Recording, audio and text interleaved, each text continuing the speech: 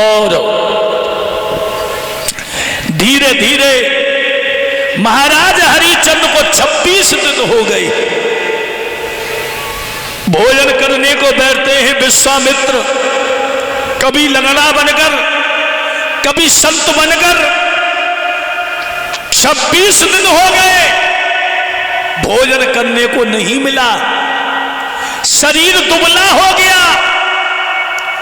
गंगा पे स्नान किया है, घड़ा भर लिया, उठाने की कोशिश कर रहे हैं, पर शरीर में ताकत नहीं है, वो घड़ा उठ नहीं रहा। उसी घाट पे तारा जल भरने आई तो हरिचंद्र ने अपनी पत्नी को इशारा किया है, तारा अरे प्यारी उठ पाई गगनिया जल की भरी।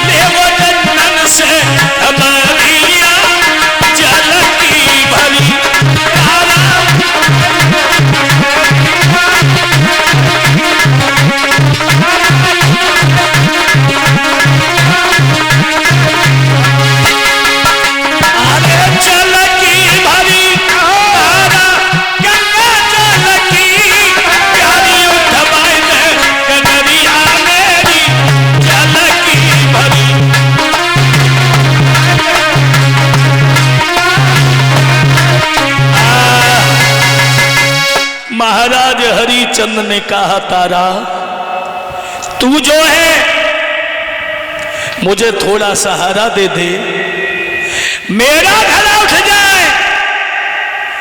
तारा बोली, ना ना ना, मैं एक ब्राह्मण के घर में रहती हूं और तुम जो है एक मेहतर के घर में। अगर मैंने तुम्हारा घड़ा छू लिया तो मेरा धर्म चला जाएगा।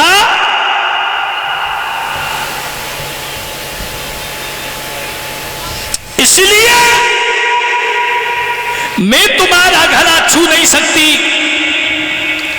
तो हरिचंद्र ने हाथ जोड़े, तारा तन दुर्बल भयो मेरो, उनक दे दे सहारो है। कहा जाबे बिगड़ तेरो, घड़ा उठ जाए हमारो है। तू जल भरने आई है, मैं जल भरने आया हूं और मैं नौकर कालू को और मोई डर भारो है।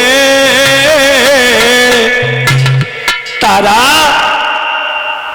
अरे मुझे सहारा दे दे।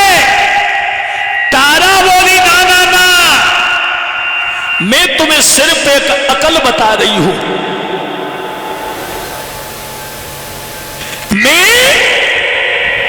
तुम्हें एक अकल बता रही हो। तारा बोली तुम्हें देवी एक अकल बताई है, जल में घुस लिया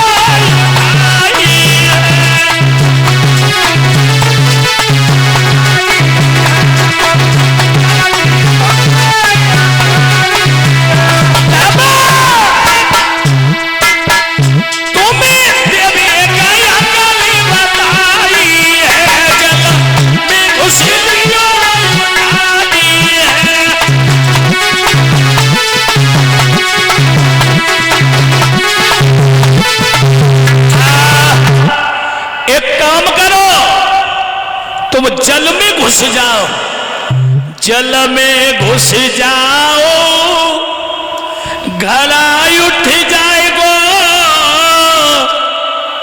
और तने का सहारा पानी को लग जाएगा।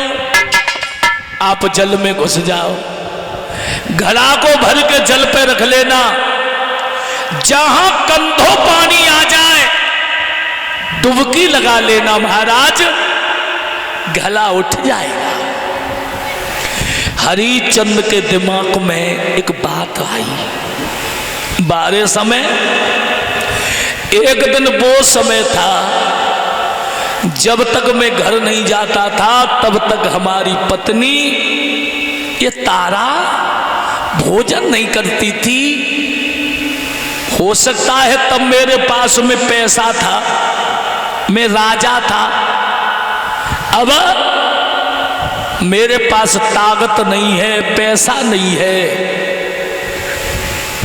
हो सकता है तब इसका मतलब था, तब इसका स्वार्थ था। हरिचंद बहुत गहरे में चले गए, बहुत गहरे में।